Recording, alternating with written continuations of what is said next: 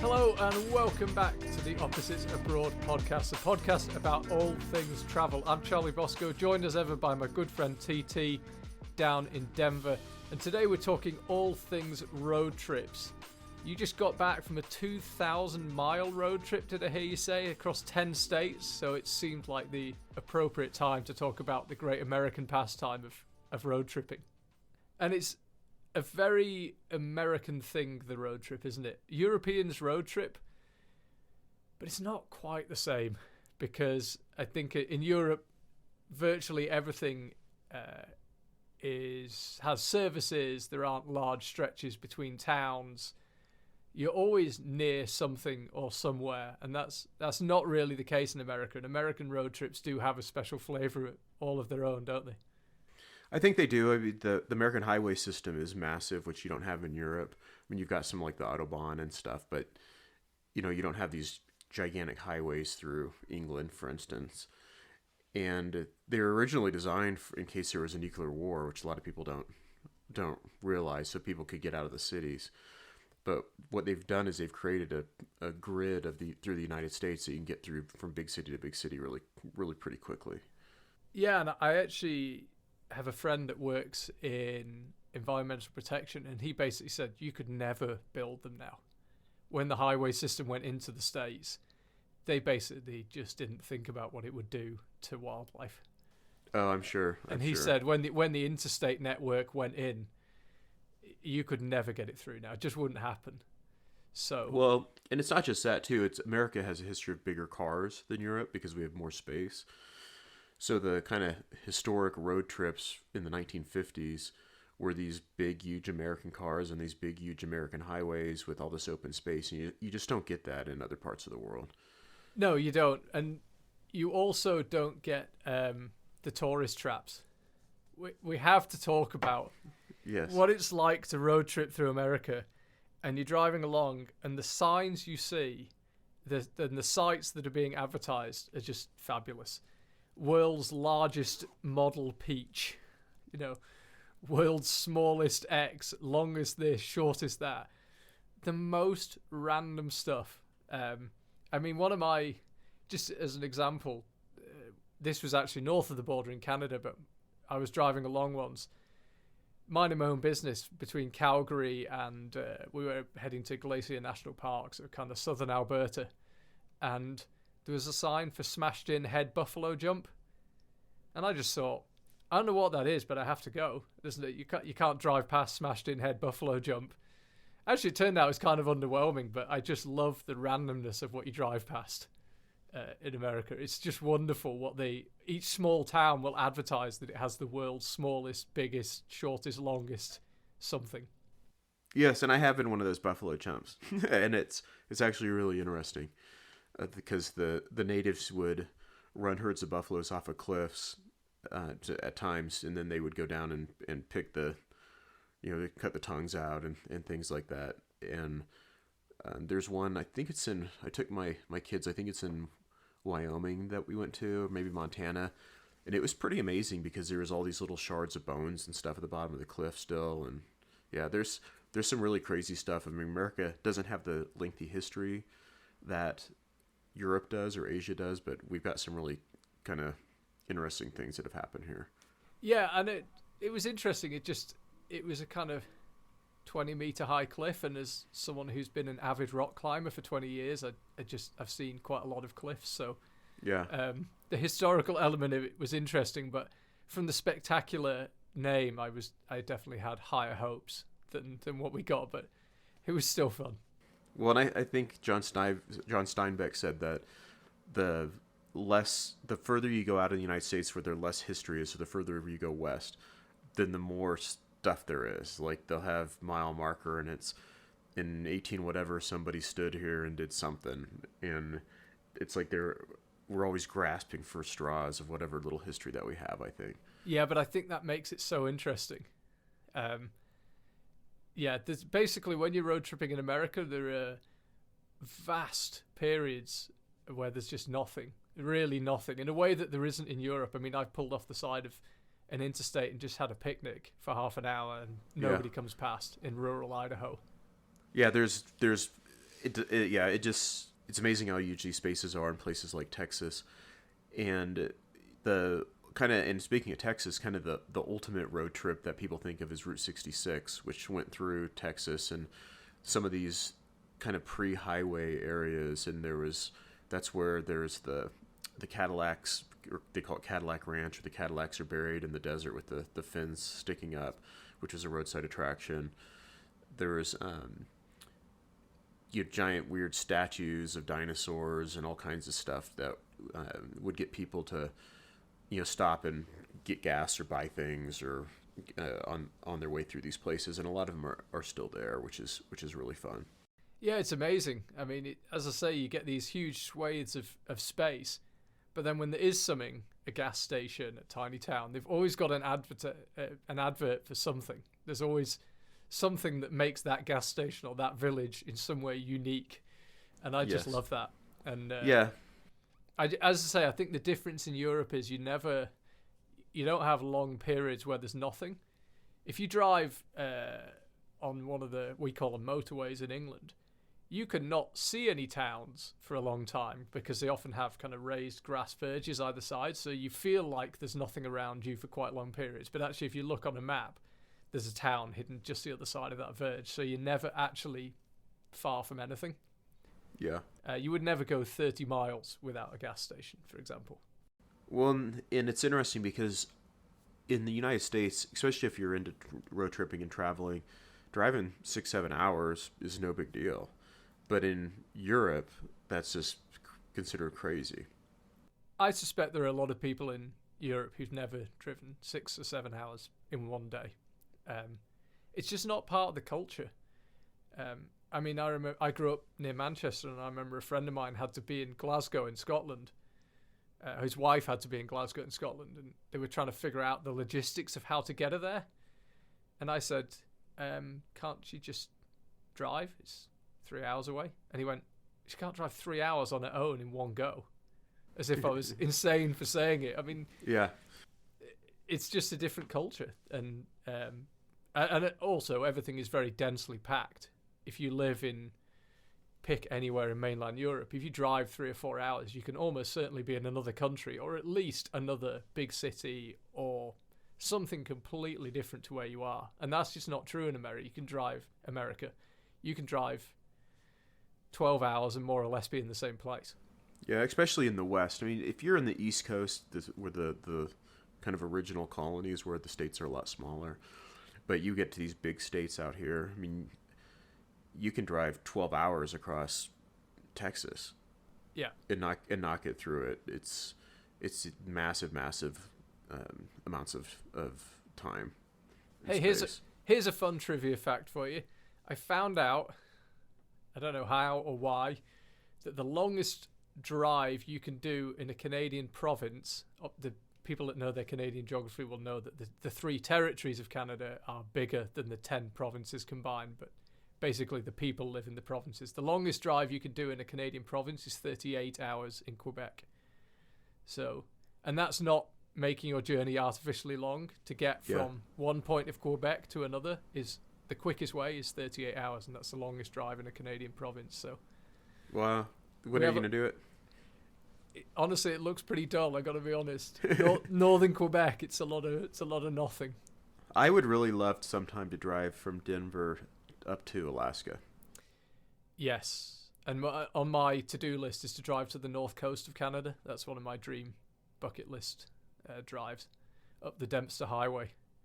Yeah, I think as soon as you start getting well north of, once you're a couple of 100 miles north of the US border, Canada gets pretty wild, pretty out. Yeah, it's interesting because when you look at Canada, I think people forget that basically all the cities in Canada are right up against the border of the United States. Yeah, I think the statistic is 90% of Canadians live within 100 miles of America. And that's why you're the 51st state pretty soon, huh? Pretty soon, yeah. What's it going to get called? Trump-Canada? Trump-Canada? He's going to rename it. Oh, people here just don't know what to make of suggestions that they're going to become the 51st state. It's just a very bewildering thing to hear. But no, I mean, we're detouring slightly. We'll talk more about specific road trips a bit later on, but last year I went to northern BC on a road trip. And, I mean, even BC, which is a pretty, by Canadian standards, pretty populated province, it's pretty empty once you get more than 100 miles from the border. It's insanely empty. There's nothing up there. I mean, even where we are, it's a 20-hour drive to get to the northern border of BC. And then the Yukon is above that, and it's bigger than BC. But BC is the size of France and Germany combined.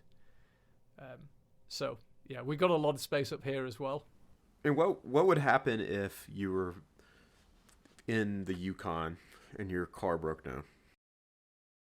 Well, it would depend where you are. So there's Whitehorse, which is a pretty reasonable sized town in the Yukon. Off the top of my head, I think it's 50, 60,000. It's got a university and hospital, and it's kind of a real town. There's Dawson City. There's a couple of other settlements. But if you were driving up the Dempster Highway to the north coast, I don't imagine it would be great. Put it this way, I wouldn't do a road trip. I don't do any road trips in Canada without enough gear to survive for 24 hours in the car. So I always carry some sort of insulation, some sort of means of starting a fire, because you can quite quickly be somewhere where you've got no cell signal and no one's coming to get you. So it gets rowdy quickly. I think that's a good tip. I mean, in my car, even when I don't road trip, I always keep certain things. I always keep either a hoodie or a jacket. I keep another pair of shoes. I keep some sort of blanket, and I keep a first aid kit. And then if I'm really road tripping, generally I'll have jumper cables in. I'll have kind of like emergency bottles of water and enough food that I could survive for a couple days.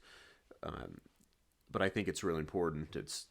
Just to jump in your car and start driving across the country. I think is even in a modern era when we can call for help and things. It's just you just never know what's going to happen.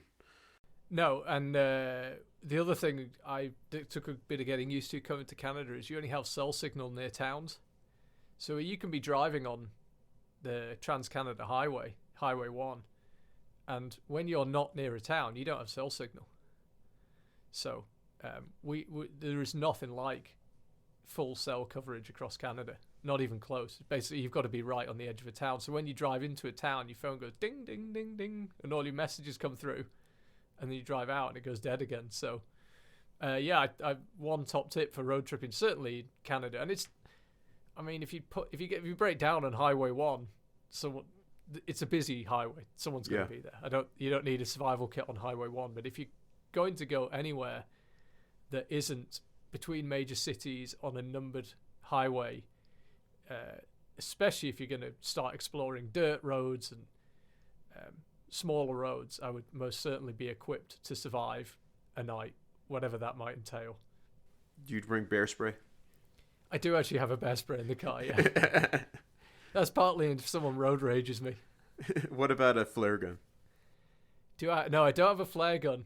I've got some glow sticks. What else have I got? I'll go through it. I've got a couple of flashlights in there. I've got a saw, jump cables, snow chains. Yeah, you need your gear. But I mean, I like the outdoors, so often a day will involve driving up a gravel road for an hour. And you drive up a gravel road for an hour, you are in the middle of bloody nowhere, even in the southern part of BC. So, yeah, maybe I'm a little bit over-equipped versus the average person doing a road trip, but I think better safe than sorry. Any other top tips for road tripping? I'm not a big fan of a fixed itinerary if possible. I think it's great to have a goal, but if you can be flexible on the number of days and where you stay, that is my preferred means of travel. How about you? I think it depends. If you really have then you just have kind of unlimited time, or you have a week or something, then I think that's okay. If you don't, and you're trying to get somewhere in a fixed amount of time, what you don't want to do is get someplace and it's hard to find a hotel. You get to a town and then there's a conference or something, or the hotels are super expensive because you waited for the last minute. I don't particularly want to sleep in my car, so I generally at least have my hotels booked if I can. I can always change them. I always book book hotels that are refundable. That I pay at the hotel. I never prepay stuff just in case, because I don't want to, get a day behind and then have to either blaze so I can make it or lose a bunch of money on it. But I think you look for a few things you really want to do. When I road trip, I look for places where I like to have certain foods or try different foods too. So I kind of plan it out based on, if I'm going through Texas, I want to stop and have barbecue, or I want to have a steak. If I'm going through New Mexico, I want to stop and get Mexican food. So I kind of plan based around food and some museums, and I want to know when things are open, because it's no fun to get someplace and you're excited and the amusement park's closed, like Wally World's closed, and you've got your kids with you, and that sucks. So I try to at least know when things are open, have some semblance of a place to stay, and kind of know where I want to eat somewhat, and then I can veer off from there. I am at the other end of it, but then if I'm road tripping, I generally camp, because camping in America, the first time I ever went, was just a revelation. Because in Europe, when you camping in Europe is a way to save money. So you camp because it's cheaper than a hotel, but you camp 6 feet from the next tent, and there'll just be rows of tents. Like, it's like terraced houses, or there's just rows of tents, and you are in this row, and there could be hundreds of tents, basically in a big open field, no trees to break it up, there's no privacy. It's just a cheap way of staying somewhere. And the first time I came to the States, we paid, I think it was $12 a night, and you stay on a national forest campground. National forest, by the way, that's a top tip. National parks get busy, and national forests generally don't get busy. So if you're road tripping in the States and you're camping, national forests are the way to go. We were paying $12 a night, and you get this enormous plot entirely to yourself, surrounded by trees, with a fire ring and a picnic bench. You can barely tell there's anyone else at the campground. They don't have showers and stuff. They're pretty rough and ready. They have a long drop toilet and things. It's basic camping, but that space was just amazing. So yeah, I love just kind of gets towards the end of the day, and you just go on Google and you put campgrounds, and you kind of filter through and find one that looks nice, and found some gems. Yeah. So it's interesting. I think we have quite a different approach to it. But I suppose, as we've talked about before, that's why the podcast's called Opposites Abroad. Well, and I do like camping. I have some property up in the mountains, and I'll go camp up there. But Are you referring to your 12-bedroom mansion? No, it's just a little over 2 acres up in the mountains, and I have it set up with fire pits and driveway into it and stuff. And so if I'm gonna go camping, I prefer to go kind of up there, because it's a known commodity. I know some jerk's not going to be next to me. I have it all set up. There's firewood and stuff. But so if I'm road tripping, yeah, I probably camp a little bit. My son really likes to do that, but generally I'd rather have a shower. I get that. The bit of bio soap and a nice river is a treat as well. Yeah, you can have some bad experiences. I mean, I remember one time we camped above Salt Lake, first time in the States. And obviously being European, I'm terrified of guns. No one had, you'd never, as a European, you've never seen a handgun. You don't, apart from in a movie.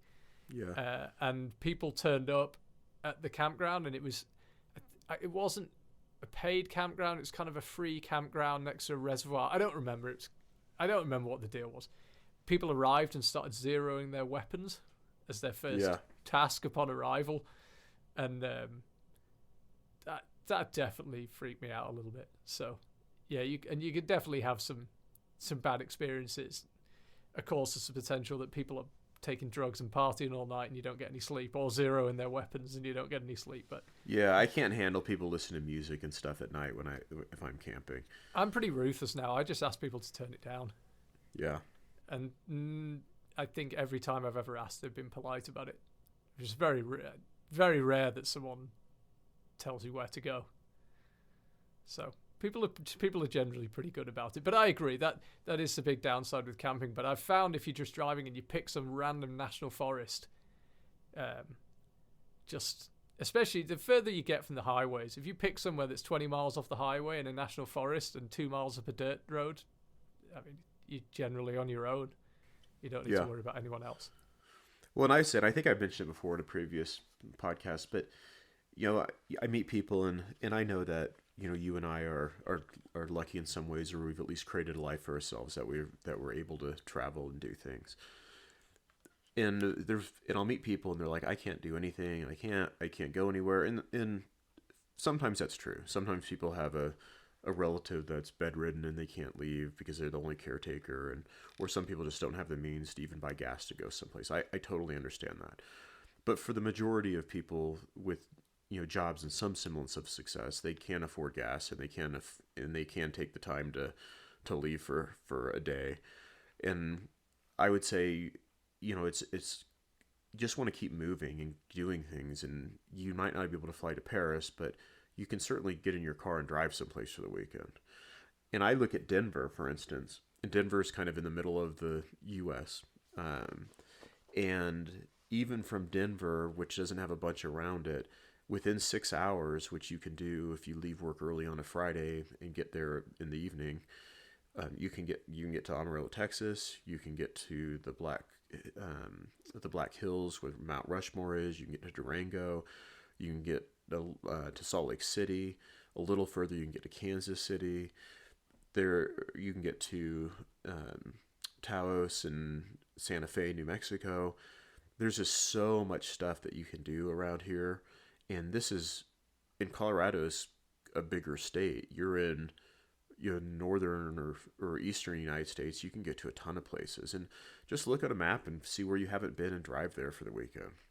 Yeah, I agree. It's pretty remarkable. And if like me, you like the wilderness, if you drive 2 hours in the right direction from almost anywhere in North America, you will be in the middle of nowhere. It's remarkable how quickly you can get out of the world here. Yes. And even during COVID, when nobody was doing anything, I never stopped traveling. I never stopped doing things. I just did different things. So we had a big family trip planned to Greece. It got canceled. Yeah, and that sucked. I really wanted to go. My son's really into ancient history, and it would have been really fun. So I got a map out, and I looked at places we could drive to, and I looked at it and I said, I have never been to North Dakota. I really have never thought about going to North Dakota. So I looked at Bismarck. I got on Airbnb or something, and I found this huge red Victorian mansion that was being rented for like $100 a night. And I rented it, drove there, and we actually had a ton of fun. We went for a whole week, and it was just this random place, and we went to random things and ate at random restaurants. And it was still COVID, so we were getting a lot of food for like takeout and eating it in the house. But it was this huge Victorian mansion that had like spires and stuff on it. That was in downtown Bismarck. My youngest son was terrified the whole time, saying the house looked like the house from The Conjuring. So I made sure to jump out at him and scare him and stuff. And it was just it was really fun. And to make it even more fun, there's a little amusement park there. The lady who owned the house was a doctor, and she invited us on their boat for a day. And we actually went out for 2 different days and went on their boat out in North Dakota on the big river, whatever it is, on their like pontoon boat. And it was so much fun. And my sons could swim around. They pull up to beach, and they had all this beer, and it was such a fun week trip. And it would have been so easy for me just to say, "Oh, we have to cancel the trip. Sorry, guys, and we're not doing anything." But I was like, you know what? I am not going to stop exploring the world. And when I look back on all the trips I've had with my kids, that's actually one of my favorite ones. It was a really, really fun time. And I think that's the great thing about all travel, but particularly road trips, which is it can go really wrong. You can get no sleep because people zeroing their weapons in the next tent from you.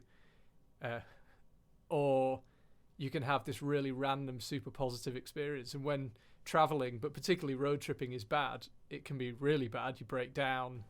Yeah. People are playing music next to you and taking drugs, and you don't get any sleep. But when it's good and you hit something completely random, it can just be the best thing in the world. Well, and one thing too, I would recommend if you really are interested in road tripping is make sure your car has a spare tire.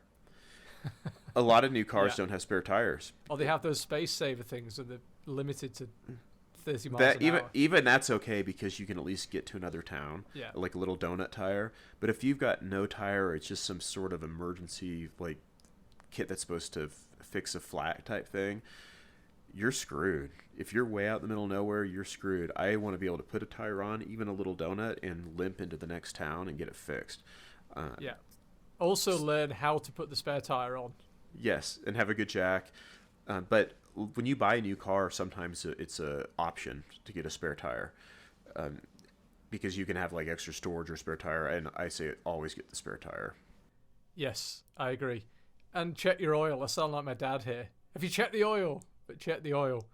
By the way, we're actually running a little short on time, so we will actually. I think we should do a specific episode on recommended road trips later. We've gone heavy on general advice, but we've actually both got to head off in a second. But just quickly before we do head off, I have one more tip, which is when road tripping in America, at least once stay in the really cheap crap motel, because that is an unbelievable slice of Americana. Just check for bed bugs. Yeah, I mean, within reason, maybe not the cheapest one, the fentanyl motel or whatever it's called. Try and got a little bit more at market than the cheapest one, but just quickly, my first experience of an American motel, the breakfast was the big experience. It was incredible because in Europe, if you stay and they do a breakfast, it'll be kind of a buffet with croissants and fruit and maybe some cereal and toast. Yeah. Fresh orange juice and there'll be a half decent coffee machine. And breakfasts in Europe are normally pretty reasonable.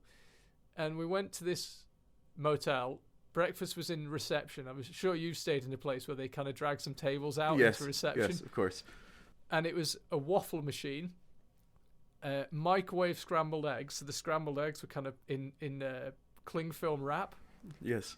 And then this luminous cereal. I don't know what it was, but it was fluorescent colours. And I just thought, I've just never seen a selection of food like this. This is just so bizarre. And obviously, I tried it all. I mean, none of it was edible. Yeah. But just as an experience. And also, you have to kind of switch your brain off because not everyone, in Europe generally, recycling, being eco-conscious is quite prominent. And in an American motel, everything's plastic, which firstly makes it really hard to eat because the fork and the knife keep snapping. Yeah, yeah. But then they just throw everything in the garbage at the end. Yeah. And you just have to not get stressed about that. Yeah, I mean, traveling with kids, I always look for two things in a hotel: a pool and free breakfast. Yeah. Those are the two things. Call. They'd rather stay in a mid-level hotel with those things than a really, really nice hotel without those things. Oh, 100%. Yeah, a nice hotel is wasted on them. And if you can find a pool with a slide, then really those are tough. Yeah, but that is the way to do it. They love that. Yeah. Okay. Well, we were hoping to have time to talk about some specific trips, including your recent 2,000-mile 10-state trip. We teased it. We've various appointments we've got. I mean, we're capped at about half an hour for today, so we should pick this up. Yes, I'd love that. Recommended road trips that we've done and ones we'd like to do, maybe a kind of what we've ticked off the bucket list and what's still on there and why those appeal. That might be a fun thing to run through. That sounds great. I mentioned last week I'm off to Europe, and we were hoping we'd be able to record one more episode before I go. We've managed it, and I leave tomorrow. So nice. I'll send you some photos on the WhatsApp, and we'll keep in touch. And yeah, let's talk dream road trips, both accomplished and still to be accomplished, next time we speak. Okay, or we can talk about your trip to Europe. So much to talk about. Well, we'll see how it goes. I'm on a very rushed itinerary. Just quickly, I'm going to Zurich. I land Wednesday afternoon. Friday morning, I go to Salzburg. Friday night, I go to Munich. And Monday, I fly. So I've got a few nights in Munich, but the first few days I'm there is going to be pretty hectic. But that's all good. Well, I'm excited to hear about it. Yeah. Sounds good. Well, we'll speak when I get back next week. Whether it's road trips or Zurich, we'll be talking. That sounds great.